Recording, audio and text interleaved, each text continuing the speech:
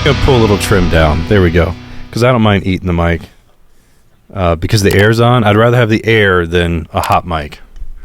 I'd rather have a hot mic than a hot building. I don't know. Yeah. Okay. All right.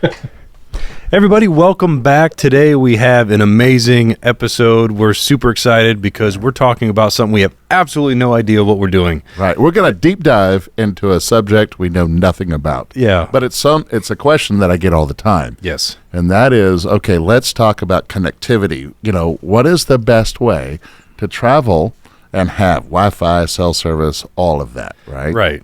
And I know a little bit. Hey, I have Starlink. Woo! Well, you know, you are way ahead because when I was traveling, I had a Verizon hotspot. Yep. And there was a brief moment of time where they said, hey, if you sign up, you get unlimited. Well, unlimited meant something different than unlimited what we and thought. Throttled. Yes. Yeah. It was a little different than what we thought unlimited meant. But today we have a special guest, special good dear friend of ours, but he is a wizard when it comes to connectivity. I mean, he's posted pictures of his system, and it's like there's 5 of these, 6 of these. I don't know what these are. That's why I'm saying these. It's like he is so set up. It's ridiculous. So I'm super excited. So, yeah, without any delay. Any more delay. Yeah. Let's go ahead and announce who we have on our channel today. The one and only Chad from Changing Lanes. Howdy. Oh, hold on a second. Let's put some applause in here. Chad, you might not be able to hear that in the background. You have sound effects. That's cool. Oh, yeah. Yeah. So I have to give 2 boys some money, and all of a sudden they start doing with little toys. Can't go without it. Well, Chad, I do thank you for coming on, and we're going to deep dive into the connectivity. Everyone knows you have a wonderful system, but no one knows. Well, I say no one in our sphere knows how that works. And just to let you know, our viewer, and I mean that singularly, our viewer, we're looking down at Chad down here. So if we're not looking at the camera, we're looking at Chad. We're not trying to even though he's awesome, we look down on him. Yeah. It makes us feel better. I do the same thing. You guys are down here, but I got to look up here. Right. Yeah. So I look back and forth. All right. Well, take it away, Chad. So this is, you know, we even said that we don't really even know what the questions to ask. Right. So we'll look like we're, doing something. I think we break it down just like we did in the solar video. Yeah.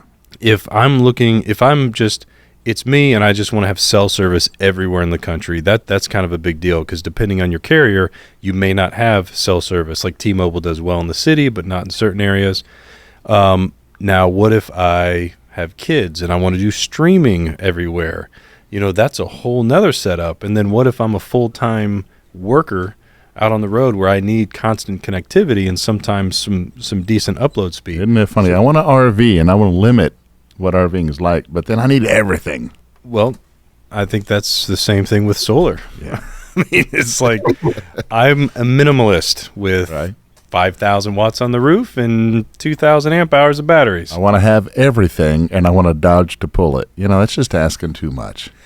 Well, I think Chad and I are Ford people, so that's why I can say that. Yeah. All right. So we already said, we'd already said we'd take it over to, give it to him. Welcome, Chad. Thank you for coming on. Well, thanks for having me, guys. Well, there we go. So here's the internet system. That's it. Any questions? All right. That's great for coming on. Thank you very much. All right. No, you touched on a couple of key things with internet. No, the first thing you got to know with mobile internet, and when I say mobile internet, I mean anything that can get you internet out on the road. You know, you're not going to be home connected to fiber, that kind of thing. The biggest thing is it's super complicated. It's really not, people ask all the time, what should I get? And it's different based on, like you mentioned, what you're going to be using it for. Do you just want to browse the web? Do you just want to be able to make phone calls? So you go from the very basic and simple, like using your actual phone as a hotspot, which is certainly doable. If your plan allows it, all the way up to this, system that I just showed you that has, where'd it go? That has, multiple cellular embedded routers and all that kind of stuff. So I always say if you don't know anything about it and you want to learn, a really, really good resource that I used back before we were RVing back in 2017 is called the Mobile Internet Resource Center. Those guys eat, sleep, breathe, live mobile internet, all mobile internet, Starlink, cellular, all that stuff. And they have some really good resources here. I'll show you real quick if I could share my screen. They have some really good resources for if you want to learn how mobile internet works. And one thing they have, and again, I'm not sponsored by them. I don't get any kind of commissions or anything. They're just really good. They're really the only resource out there. But they have a mobile internet video course that will take you through the whole kind of concept of the different options, everything from mobile carriers and data plans up to mobile routers and antennas and all that. So, is that a free course? No, it's part of their. It is a paid course. I'm not sure exactly what the price is on it, but you can go. I'll have some links for you if you want to share it. To go out and take a look at what they have. And they've got like a basic course that comes with their membership, and then another course that you can add on to that, and that's the one that has all the really good stuff. But I've been a member of their insiders or membership or whatever you call it for a long time, and honestly it's because of them. Whenever there's a big change in the industry, whenever there's a new data plan, a data plan is going away, they will send you an email and say, hey, if you want to get this AT&T plan, it's going away, get it now. And I did that in 2017, and I still have the same truly unlimited AT&T plan for like $15 a month. So that is the awesome. Prepaid one? No, this was tied to, where'd my window go? I remember Verizon actually did a prepaid plan once where it was truly unlimited. But it wasn't the fastest thing in the world. It really depended on where you were. So, and that's the key. That's the key too. Is I mentioned starting out with something like this. We have AT&T on our phones, but what happens when we go to somewhere where AT&T stinks, but Verizon's good or T-Mobile's good? What do you do? So that's where diversity of connection options really comes into play. And that again, that leans towards those people who are going to maybe work from the road or maybe have kids and you don't want them to not be able to stream or whatever. Having some diversity. Starlink, as you mentioned, Todd, has been really great because it will work anywhere you have a clear view of the sky. And so that it'll work. I'm not saying it's going to work well. It'll depend on both your plan, the type of antenna and stuff like that. But it's a great option because on that one you can literally go into the middle of the desert where you can't reach a cell tower and it will work. Okay, so starting at the beginning, if I'm just looking for something to where I have internet access, you're looking for something to wear. No matter where I wear, yeah, no matter where I'm at, right? So you're saying one of the cheapest way to get into it, use your phone. Certain plans you do have limits. I think mine's like 20 gig or something used as a hotspot. But then you're saying possibly get a different carrier for those instances where you may not have access. But there are areas in the country where no carriers work, right? So that's definitely. So now you're having to kind of tailor your trip based on your cell service. And we should actually do that. We would use an app called Coverage and see what carriers were covered in our next location to make sure it had good internet. But we've been doing it for so long now, and we have such a wide array of options. We actually have. I'll show you here. Is it like we actually have currently running? We have Starlink, T-Mobile, Verizon, and AT&T. running. So those are all going into the same. So tell me how that works. So is it like where it's all the taking all the bandwidth and putting it together? Yeah, and that's a feature of the Peplink routers that's called Speedfusion. Man, you've heard of VPNs, right? Where you have like a virtual connection on top of your connection. Well, this is the same kind of idea. It's a virtual connection, but it combines whatever you can shove into it, whether it be Starlink. Sometimes we're in campgrounds that have decent Wi-Fi. We'll hit their Wi-Fi and bundle that in. But again, this is the high end of the of the spectrum. You know, we've actually got 2 cellular embedded routers up here, all kind of bundled together to look like one router. That's a nerdy flex, my friend. Yeah. Do you have 2 cellular routers? Yeah. I don't mean to brag, but I do have 2 cellular embedded routers.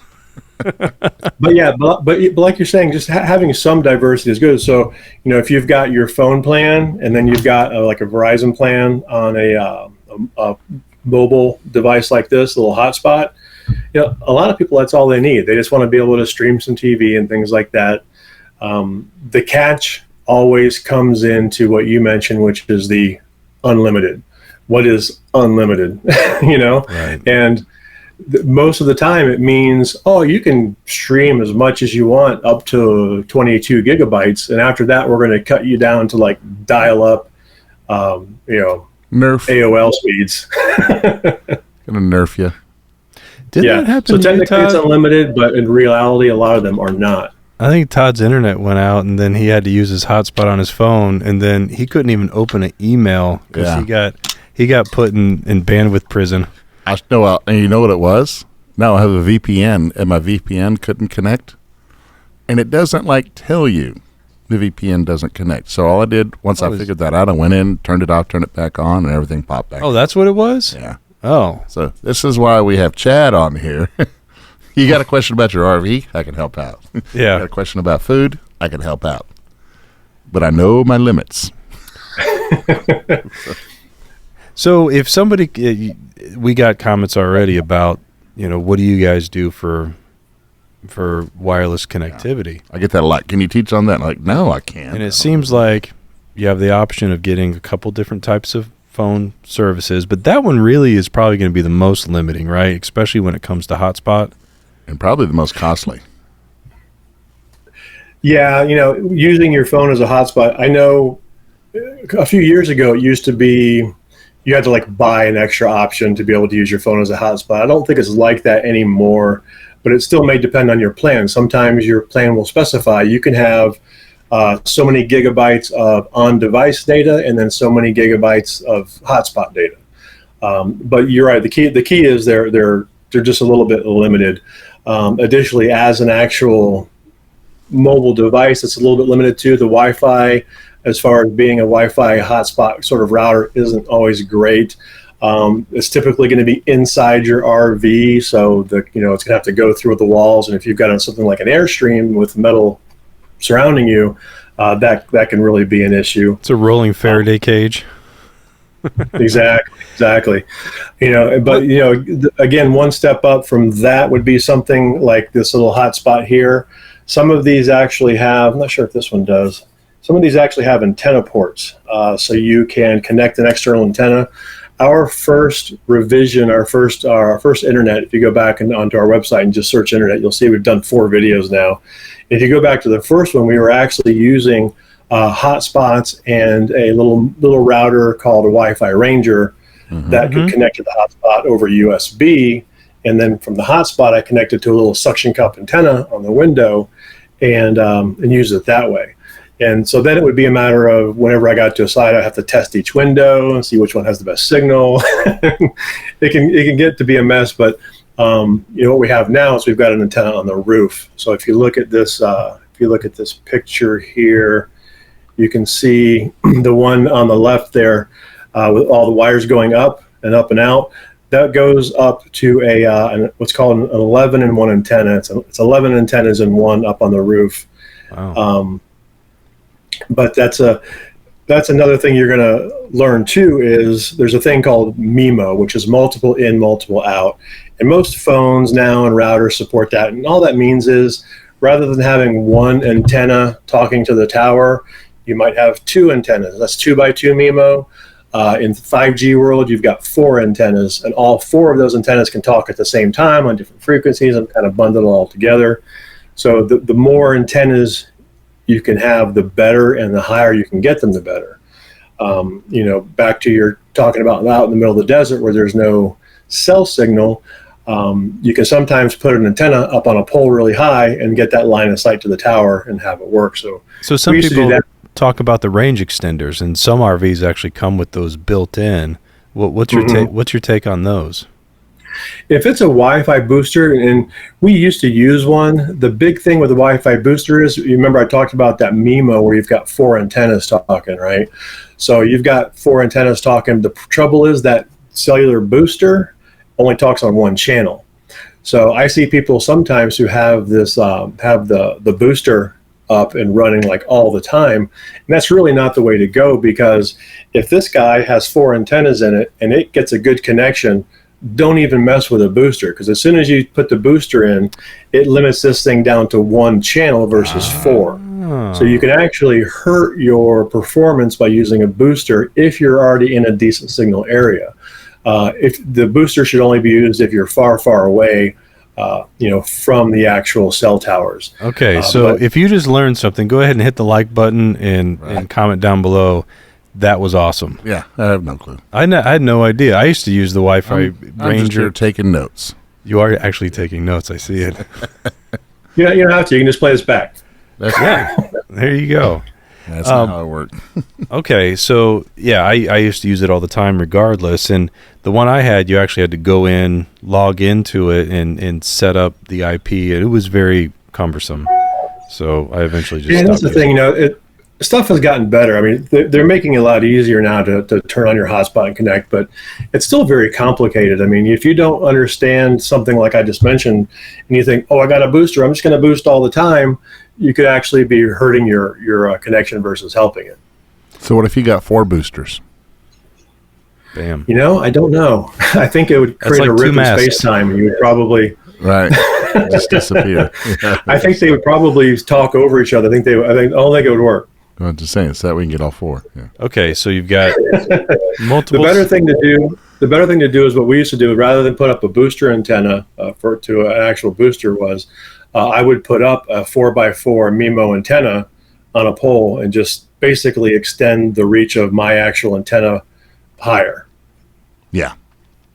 But even just having one on the roof is a much better than you're going to get inside here. You're not really going to have to worry about where that antenna is. So an outdoor antenna hardwired into an indoor distributor, you get past the whole Faraday cage thing that you were talking about. So the MIMO thing is like a box that connects to an antenna? MIMO just means multiple in, multiple out, but to get MIMO to work, you have to have more than one antenna. So when you're shopping for roof antennas for any kind of RV, but particularly for an Airstream because they're made of metal, you want to match up your antenna to your router capabilities. So if your router, and again, depending on what you've got, so like these little guys, some of them only have 2 ports, but most of your cellular embedded routers will have antenna ports based on the type of modem they have in there. If it's a 5G modem, it's typically going to have 4 antenna ports, and if it's LTE router, it's typically going to have 2. 2x2 MIMO versus 4x4. So, but you're right, just getting that antenna out and outside and on the roof, gets it elevation, gets it outside all the interference of metal in the RV and stuff, that interference that it can cause. Okay, so something like that could solve a problem with somebody that's just having bad connectivity, and they have a router in their rig. They would plug the antenna ports from that router to this MIMO antenna. This is probably why they need to maybe take that class. We'll have to put the link. Might have to put the link in the description, because I mean it's making sense. If you look at this picture here, you can see all these wires going in there. 4 of them are for one modem, 4 of them are for another modem, 2 are for Wi-Fi, and 1 is for GPS. So basically that particular box that you saw on the wall there has 2 built-in cellular modems. So it can connect to 2 cellular carriers at the same time. And that's why it's got 8 antennas going out, 4 on one and 4 on the other, up onto the roof to get that better signal going out. That's called I really like the Peplink gear, because they're super, they integrate well with all of their stuff. So I mentioned that I've got that other one sitting right next to it here. The guy on the right there is a called a BR1, and it's a single modem router, and you can see it's got 4 antennas sitting on it, just because I don't have a roof antenna for that one. But it still picks up pretty good. But when I look at this interface in here, let me fire up this. I didn't switch it. Hold on. Lots of buttons. When you look in the interface here, this AT&T connection right here is actually sitting inside that router on the right. T-Mobile and Verizon are in the router on the left, and Starlink is connected to the router on the left. So it sees all of these like it's one unit and lets me manipulate them. So like right now, I am connected. Here's our data right now going through all 4 connections, and I could be cruising along fine, and all of a sudden, oh, lost AT&T, oh, lost T-Mobile, and I just shut both of those down. But we're going to keep running here because it's going to pick up the slack on the other 2. So it's man, it's hard to wrap your head around. Like a RAID system, like your hard drive. You got 15 hard drives in there. Well, it's like you're creating one network with 4 completely different networks. I mean, I don't understand how it can keep all those packets together if they're going to different places. One's going to a satellite, the other ones are going to towers here on Earth. But yeah, well, that's a good question. The key to that is because, and there are different technologies around this. It's called bonding. Whenever you take more than one connection and bundle them together, it's called bonding. And to do any kind of bonding, you do have to have something on the internet, something on the other side. So in this case, the Speedfusion is connecting to a Speedfusion server that's actually owned and run by Peplink as part of their service. So yeah, you're right. So it's actually all going there first. Yes. Okay. So like right now, this video connection is going through Verizon and Starlink, going to the internet, going to the Peplink servers. The Peplink server is, opening all those packets up, putting them all back together, and sending them out the internet as if I'm sitting wherever that server is, wherever that thing is, because it's a VPN. That's pretty cool. So yeah, and inside that you can specify different levels of resiliency. So right now, I don't think I have it set for any redundancy, but you can set different levels of redundancy where it will take your packets of data, be it voice or video or whatever, send them down multiple paths. So you use more of your bandwidth, but you gain in resiliency. So whenever we do live streams for our channel, I always turn that on, and that way if I drop any connections or one of them goes out, everything keeps running on the back end, because you've got multiple copies of that data going out of the internet. But again, that's way more than what most people are going to need. Most people would be fine. A really solid solution would be that single router, that BR1 that's on the right there. That's the one I usually recommend because you could put your SIM card directly in that. It's got a cellular embedded router, and you can also connect it to a Starlink, and you can do that bonding right there with those two very easily. Okay, so that still requires you to have like a separate line. Like if I have 2 phones, I would basically be paying for 3 and put that SIM card in that modem. Yeah, again, depends on the plan. That's probably the most difficult part of getting a solid multiple carrier setup is the data plans. Because you can buy all the best hardware in the world, but if you don't have a data plan to plug into it, or let's just say, you spend thousands of dollars on all this gear and you put a SIM card in it that has 10 gigs of data, what good is it? About 10 gigs worth. About 10 gigs. Yeah. And unfortunately, none of the carriers right now, even T-Mobile, AT&T, Verizon, none of them have true unlimited plans. They're unlimited, but they're, like we talked about, they're throttled after a certain amount. So you have to go to data brokers or third parties to get data plans. And those can be risky because, I don't know if you remember, there was one recently that was pushed by lots of RV YouTubers. I recall this one. You got to watch those RV YouTubers, man. RV Yeah, Wi-Fi. wasn't us. But they had some problem and went bust or something for a while. And that's the thing is, if your data broker is doing shady things in the back end that you don't know about, and then the carrier finds out and says, you're done, all of their connections are gone, including yours. Wow. But I we're didn't hear currently that using, happening. Oh yeah, When was that? There was a scuttlebutt for a while. I think it was. I may totally say it wrong, but I thought it was like RV Wi-Fi. Yeah, there was something out there. They were kind of bundling stuff together. No kidding. Let us know in the comments if you got caught in that.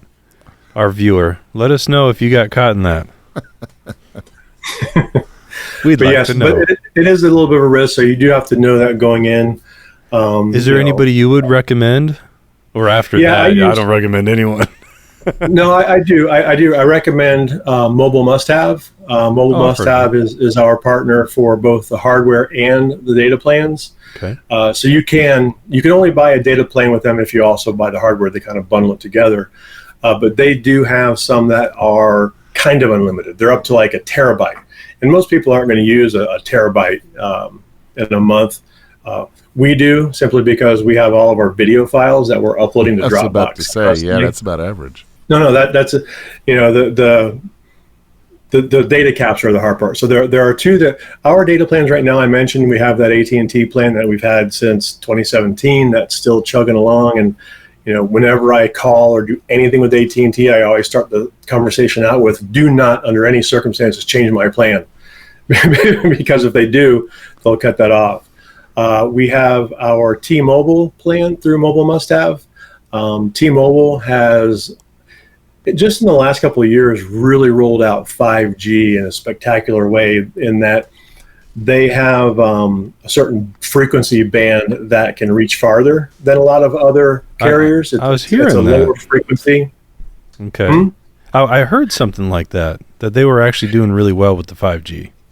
Oh, yeah. I mean, in this particular location where we are now, it's not that great, but usually we get, when we're traveling, T-Mobile can just be smoking fast, like 200, 250 down, 60 or 70 up, which is way more than you could get previously. It's just amazing. Additionally, they have a band that's called N71. Don't worry about what it is, but it's a lower frequency radio signal, which means it can travel farther. And you don't have to be quite as close to the towers as you do for Verizon or AT&T on those particular bands. It all depends on what else is on that band. Yeah. The third data plan we have is through a company called Easy Mobile Data. And again, they are one of those third-party data brokers. And actually, we got the data plan with the hotspot, just in case we ever need to take this hotspot away from the RV and go do something. I can pop that SIM back in here. But we have that, and that's a true unlimited also. The thing is, most of these plans are pretty expensive. The T-Mobile plan is around $160, and so is the Verizon plan. So that's, $340 a month just on 2 data plans. And then there's Starlink. And then we have Starlink, which is about $120, $130 a month now. And our AT&T is only $15. So it can be expensive to actually get true unlimited data. It's going to be expensive, but if your business requires it and you travel, and maybe your business is paying for it, I don't know, but business or it's a write-off for your own business. Yeah. So yeah, certainly we do. But would you? Sorry, were you going to say something? I was just saying. So just to kind of recapture this, the Peplink Pepwave. It takes a little bit from each one of these signals and then kind of spreads it out, takes the best, almost like a solar controller, You say it takes a little of each, right? Yeah. Or yeah, go ahead. It does. It takes a little bit of each. And it used to be, let's say your connections, the speeds you're going to get are always going to fluctuate up and down and based on a lot of variables. But let's just say you're getting 100 megabits on one, 10 on another, 10 on another, and you bundle all those. It used to be it would only use 10, 10, and 10. It would always default to your lowest capacity. But now they've gotten really good with the Speedfusion that it really just distributes it and uses whatever you have. And that's where it really works out for us, because in cellular world, your download speeds are always much better than your upload speeds. And most people don't care about upload because everything you consume, you're downloading is coming down to you. But for us, because we, as part of our work, what's the word I'm looking for here, our workflow, whenever we take video out, to about filming and stuff, and we put it on our network attached storage, it immediately starts getting synced up to Dropbox. So we have to upload just tons of data. And, when you've only got 3 megabits here and 2 and 10, combining those all together can really help out a lot in speeding up that process. And your Dropbox is big enough to house your videos up in the cloud. We currently have 92 terabytes of video data in the cloud. Wow. Yeah, So, yeah. That's a monthly expense as well, right? They almost have us. We're at 96. That's since 2017. We've been uploading it, and there's a whole other Dropbox. The Dropbox plan just recently kind of screwed us. So I'm now having to take some of our Dropbox data and move it over to Amazon S3. That's a whole other story. All right, so back to the wireless, because I want to make sure that our viewer is able to kind of walk away with an idea of what size system they would need. So we talked about a small and a little bit about a mid. Like, what if, let's just go, like, we don't care. No price. Price is not an option or object. Or price is not a what? Consideration. How about that? Sure. Price is not a consideration. Right. So you already said you've got, if you're at 2 plans that are 150 some bucks, then you got one that's 15, and then you also have Starlink. So that's all you have the equipment for that, and then you have to have that Peplink. What's it called? Yeah, Peplink makes they used to call it Peplink Pepwave. I think it's just called Peplink Routers now, but Peplink makes a whole series of different cellular embedded routers. And that's we didn't really talk about a lot about the hardware, but we talked about, this has a cellular modem embedded in it. This has a cellular modem embedded in this little hotspot. But if I want a general, let's just say I'm using this and then I switch to using this. Well, now I've got to go to all of my TVs, whatever's connected to the internet, my Ring cameras or whatever. I got to change all them over, right? Mm-hmm. But if you have a central router, that's going to be your central core, and this is what our Wi-Fi Ranger was originally. It served our internal Wi-Fi and then connected to hotspots or to other Wi-Fis or something like that. But every device was always connected to the Ranger. That's how it was in exactly. So that's like a step up. Wi-Fi Ranger, and again, I don't know much about their hardware these days. But they make a thing called a spruce or something, I forget. But that will at least let you have a single Wi-Fi source in your RV, and then from there connect to various things. So back then, I had a hotspot for AT&T, I had a hotspot for Verizon. I would test which one works, and then I would hook that one up. But nothing inside the RV would have to change because it doesn't know. It just connects to the Wi-Fi Ranger, and then it goes out however. So that's your first step up in flexibility from just using a single device.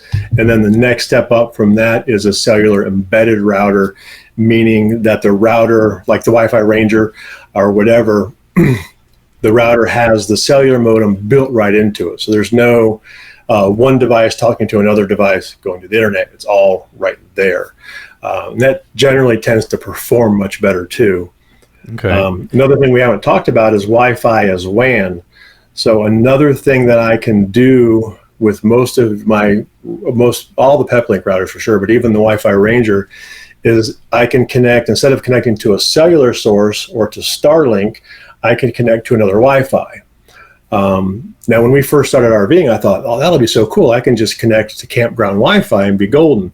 The trouble is most campground Wi-Fi really sucks, as you probably know. And most of them have restrictions when you check in, like, connect to it for the web and email, but no streaming. It's because they're usually in rural locations. That's difficult. And they're using probably who knows what for their internet, like a DSL, or even if it's cable or fiber, they've got hundreds of campers going through that one pipe. Right. So even if their connection is really, really good, it can be really, really bad, particularly around 7 or 8 o'clock when people start streaming. Okay. Yeah. So those wireless embedded What'd you say? Routers. Routers. Yes. Cellular embedded routers. That's it. Cellular embedded router. So do they have so where you can have like a single SIM card, and then will do those also allow you to have a Starlink connection as well? That was the BR1. Yeah, that BR1 that I was talking about, the one that's in the picture that I showed on the right, that is a single modem router, but it's a 5G router, so it does have 4 antenna connections. All of Peplink's devices have 2 SIM slots for every modem. So even in that one, I could put in like an AT&T and a Verizon SIM and let it pick which one is doing better, or I could tell it which one to pick without having to go swapping things and plugging things. It's just a software choice. Okay. So that sounds like, that would be the route I'd want to go. It was a BR1. Now, this is not only for mobile, but since you guys are going to be stationary for a while, is there any consideration that you're not moving? Does that make it better, or is there considerations that the system you have is built for mobile? I would assume it would work just as good, if not better, stationary, if you had the the different services coming in. Yeah, it's really no different. If you're stationary or not. The biggest difference is, if you're stationary, for instance, when we're at our cabin, Verizon works pretty well. Starlink works pretty well. We have a Starlink at our cabin, and I just not too long ago moved the antenna up to the peak of the roof, so it has really good view of the sky. So that really, as far as whether you're going to be stationary or mobile, doesn't make a big difference. The one thing you might, though, consider if you're part-timer, let's say you go on the road for 6 months or a month or whatever, you might want to make sure that your data plans can be paused and turned back on. Starlink, I think, lets you do that, and a lot of the other ones do. So, again, if you're, let's say you're, a lot of people who RV don't also live in a cabin in the mountains, and they may go home and have a fiber connection and have absolutely zero need for any cellular data plans. Jerks. So I think you want to make sure you can turn them off, turn them back on again. Yeah, I guess where he's at, he's going out of the fire into the kettle, because he goes out of this rig and then he's in his little cabin in the woods. Well, I'm going to ask a couple questions because we're building on our land, and that was one of the things that Starlink is spotty. But I'm going to ask a question that maybe we need to ask. Refraction. So you got a building. You said you're putting yours on a roof.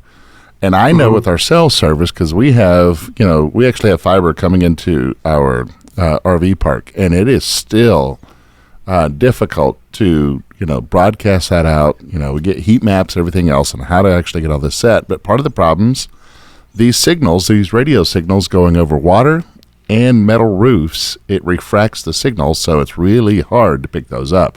So if you're near water or something like that, is there a consideration, say with Starlink, because it's still, I think, a radio signal, if it's on a metal roof or near water, what's your level of knowledge on that? Well, this is going way back to my Navy days where I worked on radars and stuff, but yeah, you're right. All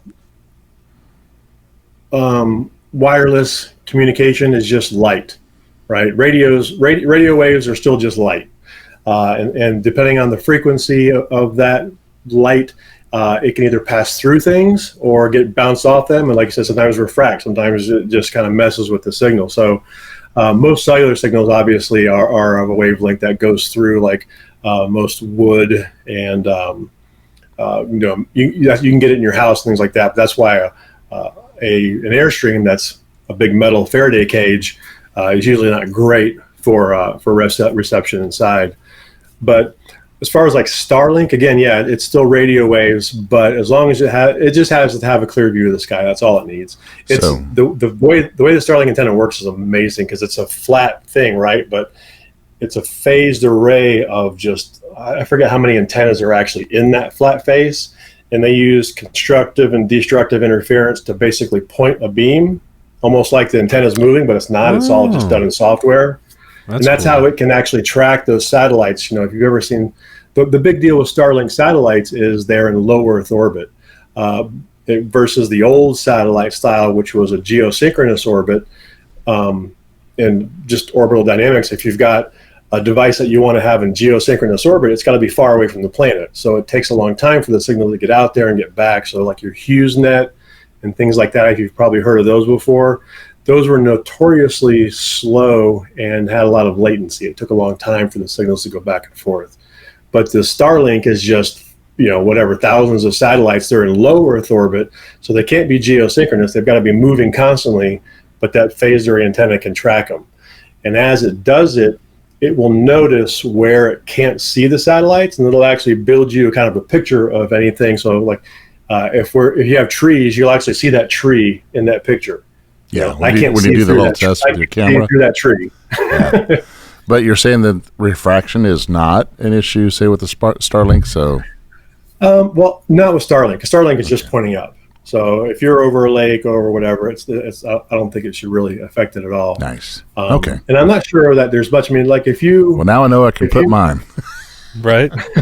On the metal roof. Get it on a pole. Yeah. Well, my house is 30 foot tall, so I'm going to stick it way on up there. Yeah, it's halfway there. Yeah. Well, I don't want it to be the tallest thing because now it becomes, a lightning rod. Lightning rod. Yeah.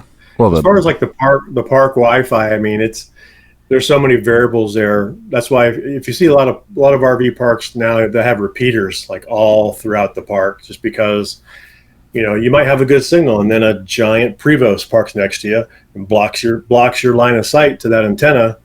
There's just so many variables in there, but the bottom line is if you can get your antenna up high, so like that antenna that I talked about on the roof, if I decide I want to connect to campground Wi-Fi, I'm connecting through that antenna on the roof and going out. I'm not having to worry about anything blocking me inside, and it's also up a little higher.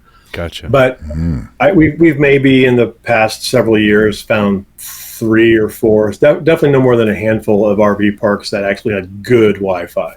Yeah. And we got to where we just didn't even charge for it anymore because there was so many problems. It's just embarrassing. Yeah. But, I mean, we literally have a gig up and down. We upgraded it to like the fastest thing you possibly get here. It's just getting it to the people. And a lot of times they were sitting inside their rig and complaining they don't have Wi-Fi. And then they go out. Yeah, they go outside and it's perfectly fine. There's so many links in the chain between your TV and, the service that's providing the TV stream. And the more links there are, the more things that can go wrong. And that's also why sometimes you can have a really, really good, strong cell signal. You could have ultimate max bars, but your connection might still suck because that antenna's connection to the internet, the cellular antenna, it's got to have an internet connection too, right? And if its connection sucks, then it doesn't matter how good your connection is to that antenna because now your blocking is at the... That's what I see when I'm on the highway and I get 5G. I notice everything kind of slows down. It's like sometimes I used to go in, turn it off, and go back to LTE. Yeah, and it seemed faster. Yeah. So I noticed that too. I don't know. And a lot of that is the fact that now a lot more people have 5G phones and things like that connecting to those towers. So there's more congestion on those versus the old ones. Right. So there's only so much bandwidth. And again, that comes back to just knowledge, right? Your cellular modem is probably not going to figure that out all by itself. You're going to have to go, oh man, it's kind of slow. Let me just try, like you said, flip it over to just LTE and see how it does. And that's what we do sometimes. Even with this fancy setup that I got, I will still sometimes test them out and say, oh, what happens if I turn off? Like, let's say because I can go in there and see the bands that it's selected, and if it's selected one, I might just try disabling that band, let it pick another one, see if it does better. Okay. What's the fastest you've ever got with your system? Yeah, let's compare. I did a speed test just a minute ago. It was 149 down and 18 up. That's not the fastest. I've seen as high as like 300 down and like 100 and something up. But again, it all depends on what we're connected to. And part of the limitations, if you're doing it over Wi-Fi, it's what's the cap on your device itself. You may get plenty of data, but the Wi-Fi can only handle so much. That's why when we go wired. Oh yeah, our studio here wired, we hit it's about 900 and something down. Yeah, even here in the RV, I am hardwired to that router that I showed you. Right. Nice. Because anywhere you can eliminate a wireless connection, you're eliminating interference, line of sight problems, just general, issues. If you can go wired, that's the way to go. That's why fiber is so awesome if you've got fiber as an option. Mm-hmm. Yeah, well, your computer, some PCs have very slow internet cards too. The NIC card, when you connect it, like the computers at Big Red, they were working at like 0.9 down, and then I hardwired them, and now they're at 300 something down. So it was like night and day.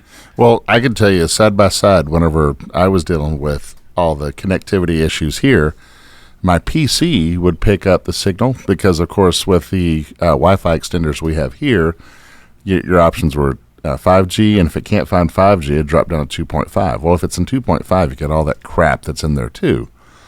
And what was funny, I'm sitting there on the phone with the service provider, and I was complaining. I said, I have a brand new Mac side by side with my PC, and the PC, the connectivity on it would stay 5G. And they had to explain it to him. I said, why is this computer over here having difficulty communicating with the internet? And they go, well, I can't talk about the hardware inside. I don't know. But obviously, what's going on is the antenna pickup on that PC just seems to catch the 5G signal, and the Mac was just pushing it 2.5 with all the other trash. So we'll have to cut that part out of the broadcast. Why is that? Because we're Mac. But it was true. Hey, it happens. And a lot of it could just be random luck too. I mean, maybe when the PC came online, it grabbed a channel off of the router that didn't have as much interference, and the other one picked another one. Yeah. Or maybe one if you've got the same SSID on both a 5 gigahertz and 2 gigahertz network, maybe one picked 5 and one picked 2. Mm-hmm. So it's the gigahertz. I don't know, but I remember that the 5 gigahertz and the 2.5, and I was like, "Oh, this is crap." Yeah. Well, Chad, thank you so much for all that amazing information. Is there anything else that you would want to let our viewer know? I would say I know that this topic is just going. Most people, when I do these videos, I know most people are just going to glaze over and not know what to do, right? And people want to know, well, just how do I get internet, man? Well, we were hoping an hour-long deep dive would help, but I kind of feel like when we did the deep dive with solar, like, okay, we just scratched the surface. Yeah, yeah.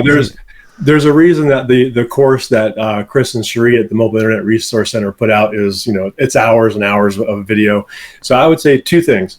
If you want to learn how this stuff works and build your system and really understand how it works and know things like, switching from 5 to 2 gigahertz or whatever, get that course and go through that course at the Mobile Internet Resource Center. If you want to just talk to somebody and find out, hey, what do you recommend? I would call Mobile Must Have. We'll have links. I'll give you guys links to both of those. Okay, that'd be great.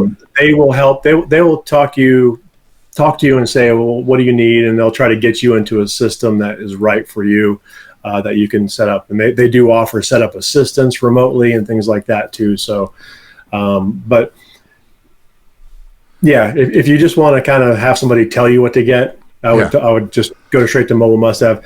But, as far as like the data plans and things like that, definitely Mobile Must Have. They now have both T-Mobile and I think AT&T plans. And again, these things are always changing. So sometimes when something comes up, you just got to jump on it. Like that AT&T plan that I have, I'm never letting go of that thing.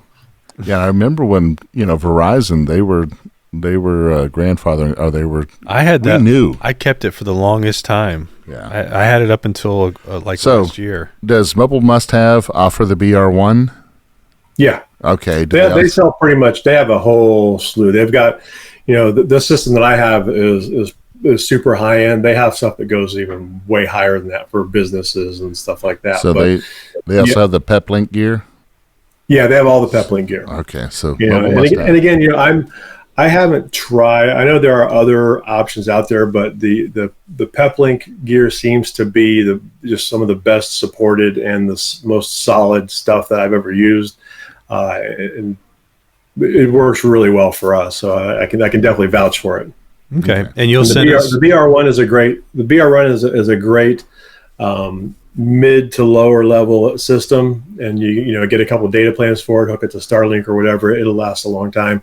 They do offer, if you still want to go the cellular embedded route and have that convenience of being able to put 2 SIMs in there, but don't need 5G, maybe just want to use LTE, they have other options also. So I would just talk to them, set up a call with them, and see what works for you. All right. Very good, man. Chad, thank you so much. Wonderful. You're just always a wealth of knowledge, and we really appreciate it. So you're going to send us. It just comes out randomly. Yeah.